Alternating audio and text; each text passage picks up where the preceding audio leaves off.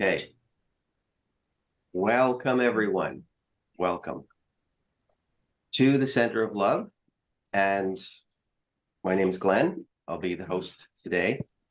So it got eerily quiet before I even picked up that bell. That was kind of strange. So my voice is a little off, but I'm here. I'm all here. Good to see you all. Lovely smiling faces, new and to some, and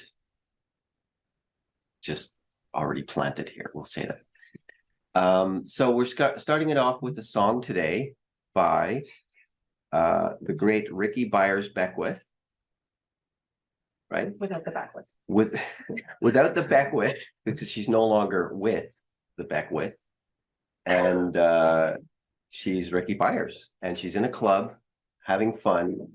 And I hope you can feel just the love and the feeling and the energy shift in this song. So thank you for being here. I release. We're back.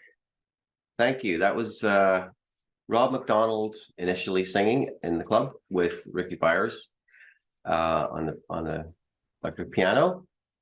And so I wanted to sing out loud, but I couldn't tell if I was muted or not. I kept squinting over, and I didn't want to sing over her. So and we got there in the end with the sound. Thank you. We're still training this new guy here. He's fantastic. So good. But now and again, he's human like the rest of us. So warm welcome and happy spring, everyone. We're into April. Can you believe it? The second quarter of the year. And so I just want to say what we're here for. The Center of Love is a community where members support one another.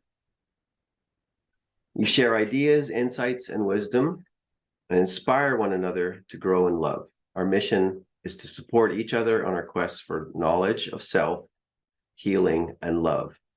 And we believe that when we know ourselves, we become wise. When we heal ourselves, which is what I'm really trying to do at the moment, you can tell we become whole. And when we love ourselves, we become one with all.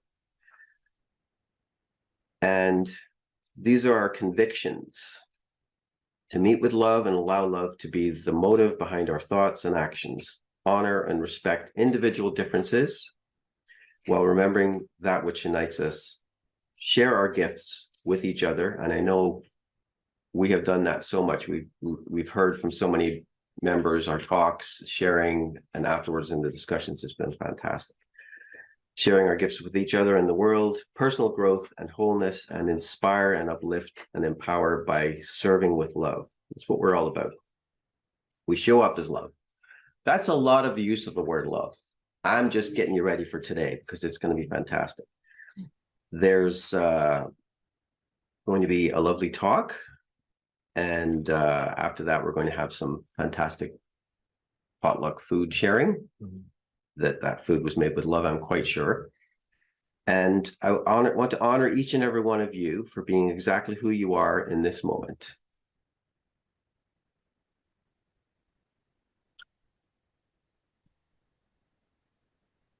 Here. And everyone here. And for being open-hearted, or being willing to be open-hearted, rather than like-minded, which sounds like a comforting thing to throw around yourself when you're feeling vulnerable. But it doesn't necessarily help us grow or shift energy. So thank you for being willing. So spring is here. And that means changes in the air. We're going to be planting seeds. We're going to be digging in the dirt. And that phrase, digging, reminds me of a book I recently came across, Soul Excavation. And after we do the food today, the bowl excavation, just filling ourselves with nutrients, our guest is going to be joining us to share. We're doing the talk first, so I just wanted to share a quick quote with you that kind of sums up where I'm at with today. And this is by the Jewish Greek philosopher. So he was Jewish in the times of Plato, he was a fellow of Plato. And he says, today. Today means boundless and inexhaustible eternity. Periods of months and years and of time in general are ideas of men who calculate by number. But the true name of eternity is today. So be in the now. Thank you. So our guest, our speaker today, I think when we first met, I was in a government job I just started, and a young lady was in the office at the time, and I was in a relationship, I had children, so I knew about love, but in a different way. And so this young lady was working in the mailroom, and going around the office and delivering things and picking up things. And I'm going to keep it simple and say that it's been many, many years we've been together, and what she promises, she delivers. She still delivers. And you're going to get that today. It's a wonderful experience we're going to have later in the workshop. If you're here for that, I hope you are. It's going to be very rewarding. And her name is Lesia Kohut. She is a wife, a mother, a beautiful friend, and cushion for Mercury, the cat. Moves around, but keeps coming back to being a cushion. And I think we're like 6 months past the publication of the book. We're on our way soon to go to the US for Lesia to get to the home stretch of becoming a New Thought minister. It's been a 7-year journey. It's been very interesting and rewarding. And I just want to say welcome, and I hope you all enjoy the talk today by Lesia Kohut. So come on up. All right. Thank you as I step up to the occasion. Thank you, Honey Bunch, for that amazing introduction. And for those of you who don't know me or don't know Glenn, if you didn't glean from that introduction, Glenn and I are married. We have been for a long time, and we are parents to a child, actually 3 kids, but 2 more so Glenn than I, and then a furry one, our cat Mercury that Glenn mentioned. So I am so grateful to be here, so grateful to be with you guys online, so grateful to be with whomever it is that is listening, watching in the future on a recording, and of course with everyone here in person for all the reasons that Glenn mentioned for why we come together every other week and more. And so I'm really excited about today. I'm excited because there is an opportunity to connect and engage and to just like shine and show up as the center of love that each and every one of us is. And there is this amazing opportunity to meet a bunch of new people who are here today, which is fantastic. And I'm so delighted that you're today when there's a potluck happening so that we can actually hang out a little bit in between now and the workshop that is happening later. So what I would love to do is to actually start off with a quote by Wallace Wattles from the book. Well, this is actually a collection of his book. The book that I'm going to be quoting from is The Science of Getting Rich. And the book that I'm holding up, I don't know if you guys can see online or if it's backwards.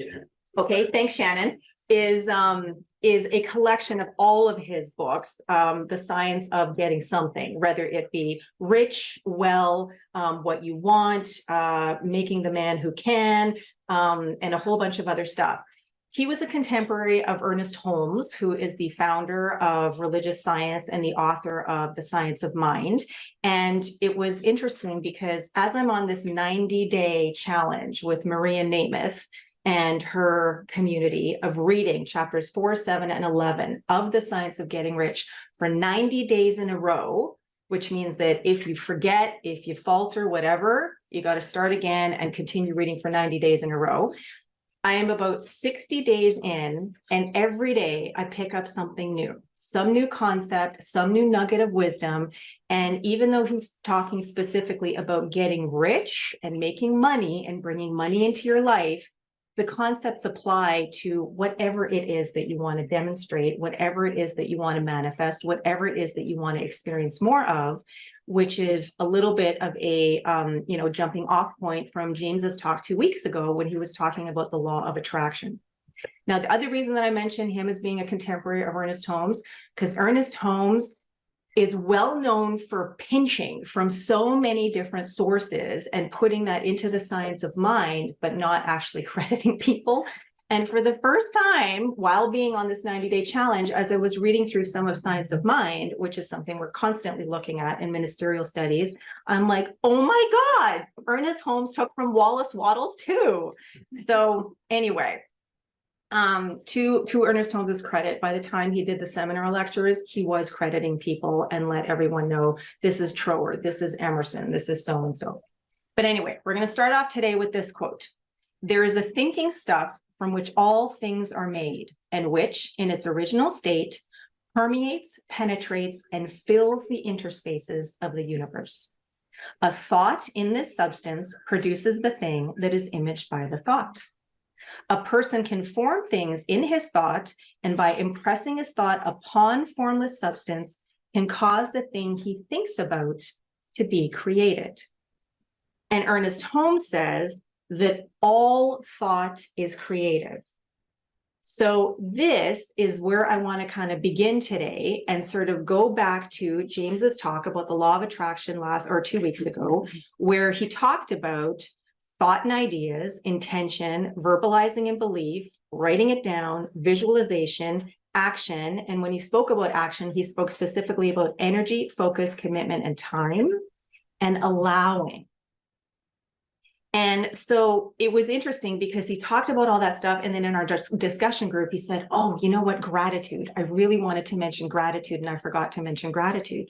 So gratitude is where I thought I would pick up from. So Wallace Wattles, in The Science of Getting Rich, writes, gratitude will bring you into harmonious relations with the good in everything, and the good in everything will move toward you. He also says the mental attitude of gratitude draws the mind into closer touch with the source from which the blessings come. And so when I think about these two quotes, and I think about the idea of how all of those aspects of the law of attraction and sort of like having it work for you, or as James talked about at the very end of it, using it consciously, the gratitude is one of those key things, because gratitude is something that literally raises our vibration. So if we are thinking about something that we want, if we are thankful for it beforehand, we allow ourselves the opportunity to just level up and even sort of open up our vibrational field to encompass more opportunities that will allow for us to connect with whatever it is that we're holding our mind, that thought, that idea, that vision, if you will. Now, what was really interesting was when we were talking about the law of attraction, and then last week when I did a talk at the Victoria Truth Center and quoted from this Science of Rich Getting book, one of the people from the congregation came up to me afterwards and she said, I loved your talk, but you know what I don't like? I don't like how all these new thought people and big coaches in the world and thought leaders are always talking about manifestation of stuff. How in The Secret, it's so much about like getting the house and the car and the job and the money. I don't like that. Money's not important. And I wish I had, an hour to get into a conversation with her and get into the beliefs that are under there, saying that money's not important, because is that true? I mean, isn't money something that actually is a useful tool? Isn't money a form of energy that allows us to do things, to relate to each other, to make the world a better place? I mean, if not for money, would we have these 20 chairs that everybody is sitting on? If not for money, would we have the technology in place to be able to have the people on Zoom joining us right now? If not for money, would you have had gas to put in your car to come here to be with us today. Money is energy, and everything is energy.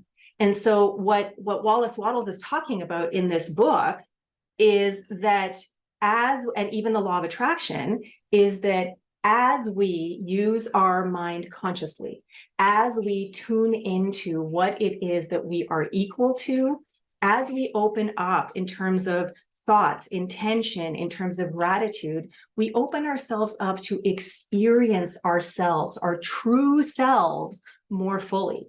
Which brings me to this idea of manifestation versus demonstration, which a few weeks ago, when I was in one of Maria Namath's groups, she is the author of The Energy of Money and Manifesting Life's Energies. She talked about this distinction, which I hadn't really thought of before. And I thought, ooh, this is really good, because so many times when people think of the law of cause and effect, or the law of attraction, or manifestation, they're thinking about a thing. They have a thing, an idea, an experience in mind. That's the vision that they're holding. And they're doing whatever they can, taking whatever action steps in their life, holding intention, having faith, experiencing faith, continuing to step forward in action with little baby steps, holding this vision.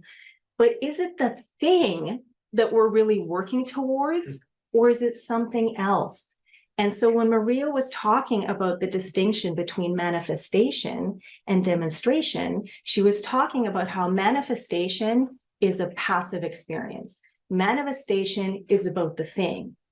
Demonstration is about accessing, tuning in, and really activating who and what we truly are. What I like to say is the infinite creativity, resilience, and love that we truly are, and showing up as more of that.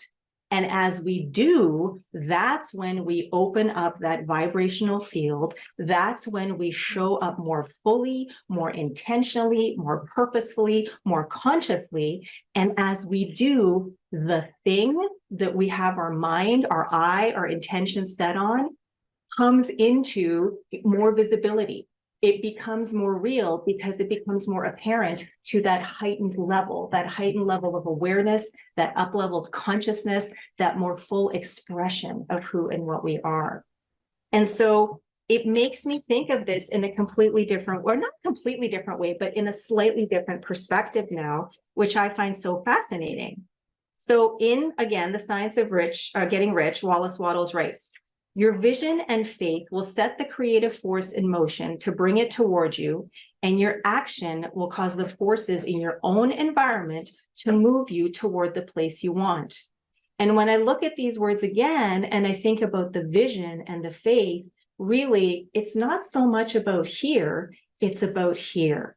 It's about really, really, really showing up as who and what you are. Are you showing up as the faith of the infinite expansive universe, the faith of God, the faith of source? Are you showing up as that?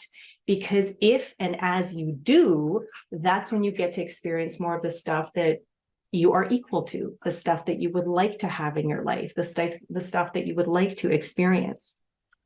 Now, there are two other things that come to mind for me that happened just in the last couple of days. One is that on Wednesday to Friday, during Wednesday to Friday, I was at this intensive all-day, 3-day event called Amplify Your Business. And it was with one of my big business coaches from last year that I absolutely love. And one of the things she said in this event that I have like a stack of this many notes from, she said, your current community does not serve your vision.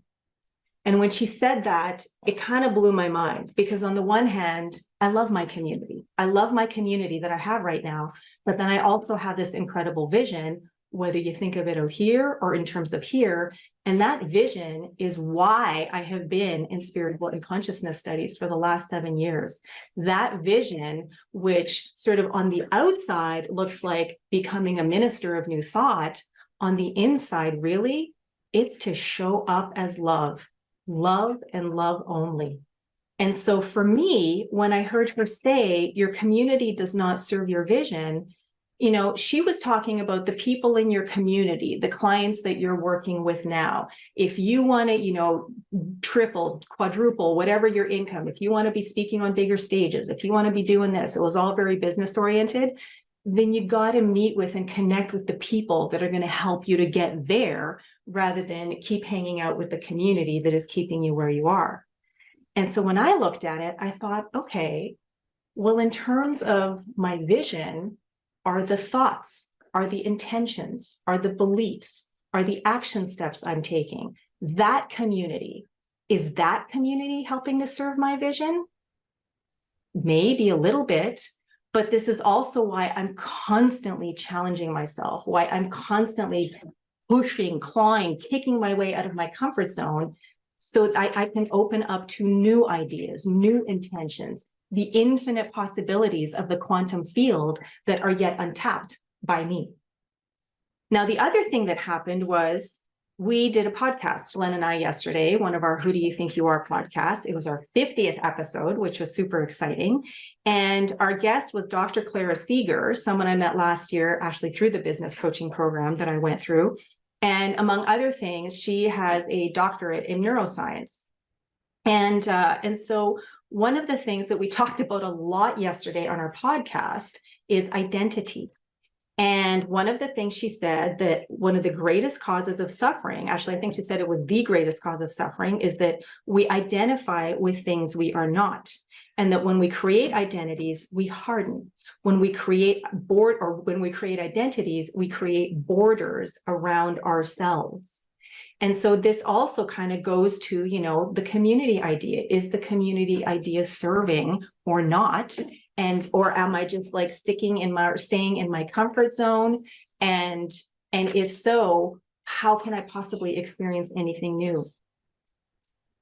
So my question, or one of my questions is, you know, when we are creating, when we are consciously using the law of attraction, even never mind unconsciously, because it's working all the time.